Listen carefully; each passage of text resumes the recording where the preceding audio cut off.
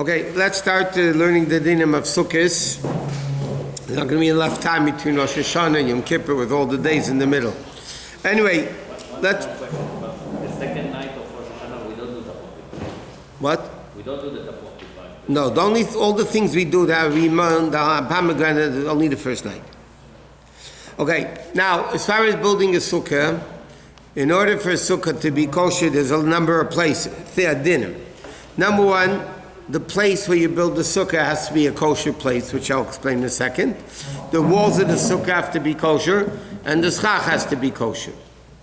The din is, you're not allowed to make a sukkah in a place that doesn't belong to you, even if it's your neighbor, without permission. If you do, b'diavad it's a kosher sukkah, but you're not allowed to make a bracha on it. The same thing applies if you make a sukkah in a public place. So you make a public in the street, you make a sukkah. So then, b'diavad it's a kosher sukkah, but you cannot make a bracha on eating it. So if somebody, let's say, goes to a parking spot and puts money in the meter, so then you're renting the space from the city. So then it's your space for the duration of the amount of time in the meter. So then that would be allowed. But if you park there illegally, from the city's point of view, not from our point of view, so then halachically you wouldn't be able to build a sukkah there because it's karka gzula, it's stolen land. So even though land can be stolen, but you're not allowed to make a bracha on that sukkah.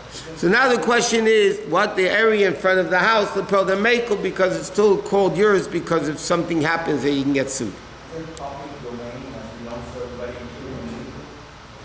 No, public domain does not belong to you. You can't do whatever you want in a public domain.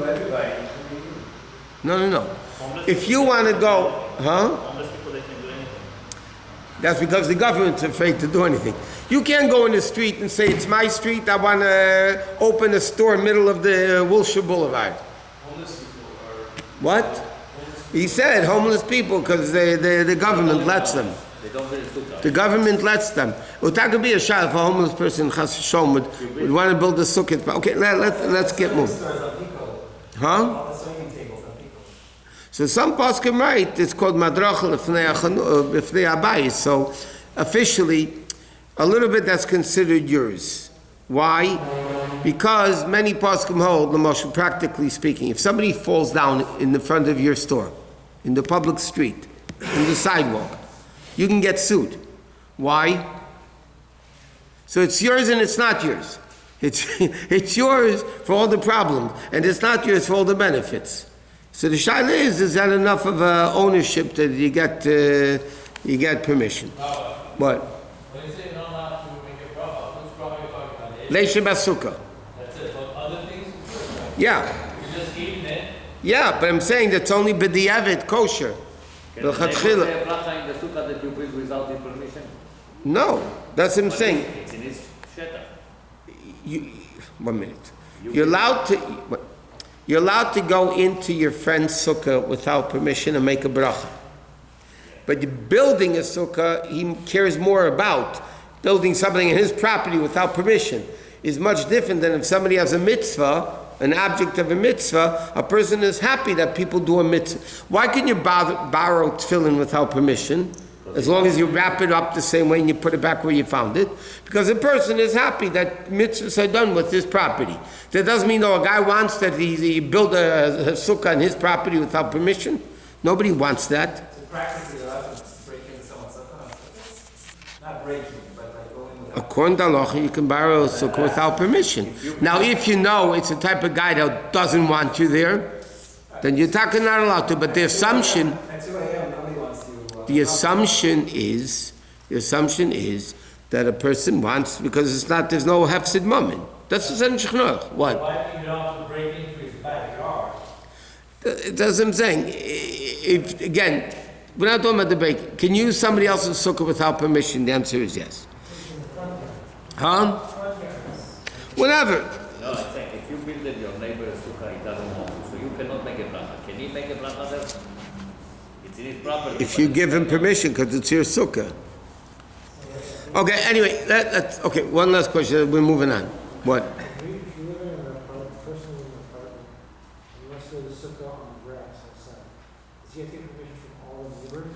Yes, you get a permission from the management of the building, because there you have the say. Condo you have to do from, But there's a condo association, right. so you have to get permission from them. Okay, now, a sukkah is not allowed to be made, has to be made under the sky. It cannot be made under trees, it cannot be made under a roof, it can't be made, it has to be made under the open sky. The measurements of the minimal size of a sukkah is 7 tvachim by 7 tvachim, which you have to go l'chumrah, 28 inches by 28 inches, 40 inches tall. I mean, the minimum sukkah is 40 inches high, 10 tvachim, and 7 tvachim by 7 tvachim.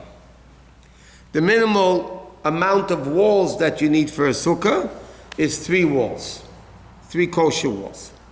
But there's a lot of dinim involved in the building of the sukkah, in the measurements, and now what happens, okay, so we said like 7 by 7 would be, no, let's say it's 49 square tvachim. Yeah? So what happens if somebody builds 30 by 2? 30 by 2 is more, but it's still not kosher.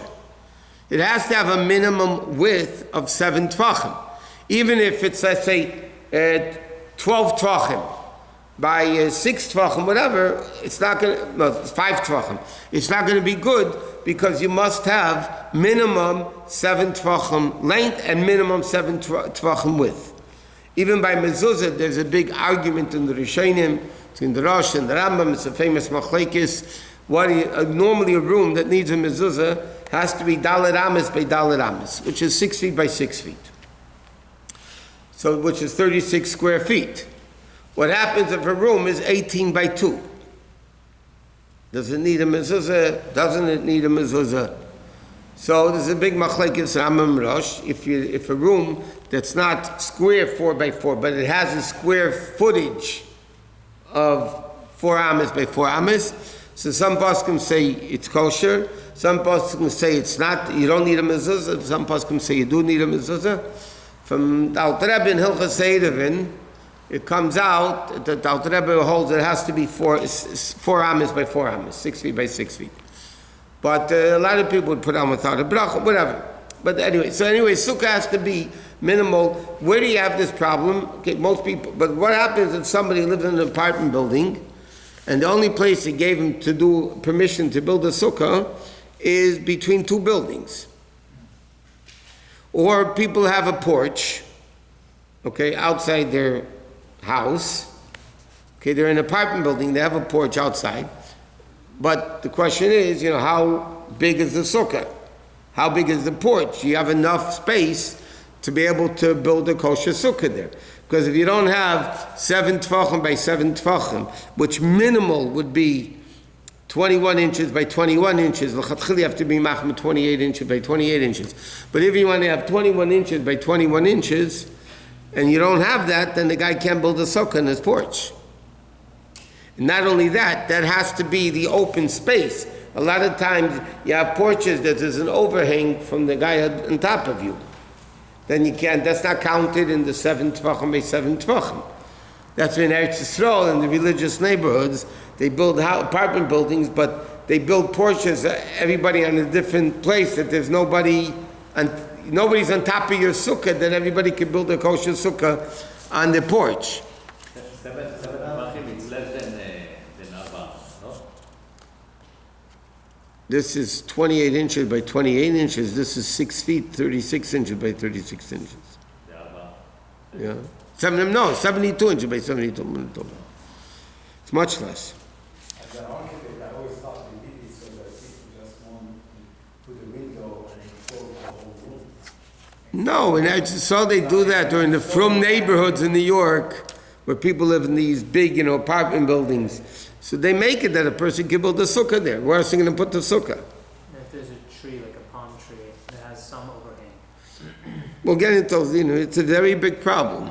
Sometimes if you put a lot of okay, we'll get them when we get to those. Same for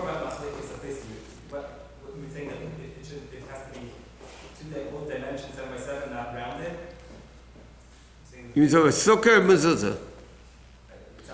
No, yes, the same thing. A sukkah has to be at least 7 tefachim by 7 tefachim. Not rounded. No, if it's rounded bigger than that, it's good. But I'm saying if you have... Octagon or... No, I'm saying what happens if it's very wide and very narrow? Is it 28 by 28? I don't know what the square inches.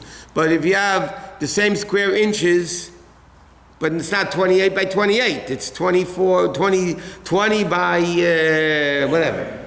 Whatever it is. Yeah. Okay, now when you build a sukkah, the walls have to be sturdy, that they don't blow around in the wind. If they blow around in the wind, it's not a kosher sukkah. Question is only what is called blowing around in the wind. That we'll get to a little bit later. Now, when you build a sukkah, it's something very important you have to keep in mind. Now, a sukkah wall must come within 9 inches of the ground. Gimel tvachim. If the wall of the sukkah is 12 inches off the ground, 13 inches off the ground, it's not kosher. Even though for Shabbos, if you have, 2 side posts and a string on top, it's good. It's called a wall, but for sukkah, it's not a wall. You think if the bottom is 12? No, if the bottom is open, the wall doesn't go down within 9 inches of the ground. So that's swallowing the ground. Or within 9 inches of the ground. What tefach? Did we change the tefachim right now? To reach tefach? Well, go l'chumra both ways. Sukkah's been atayra, so you go l'chumra both ways.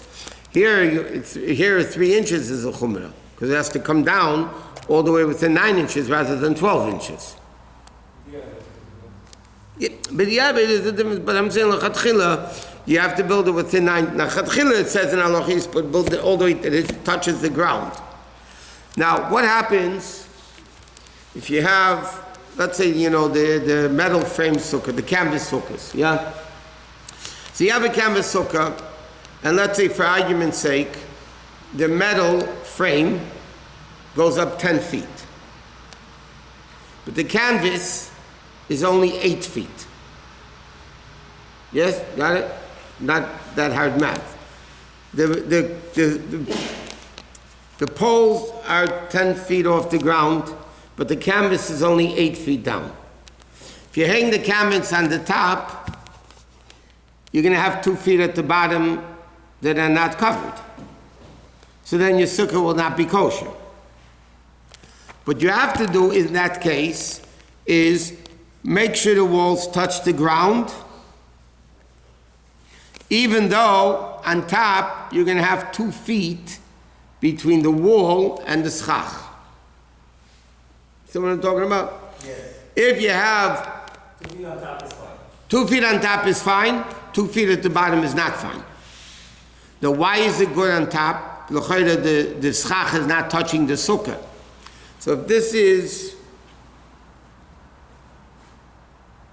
okay, if this is the schach, but the schach is here, right, and it's 2 feet above the wall, as long as the wall is 10 tefachim high at least, 40 inches, halachically, there's a concept called, in halacha, it's called good asik, which means once you have a kosher wall, that wall keeps going up to the sky.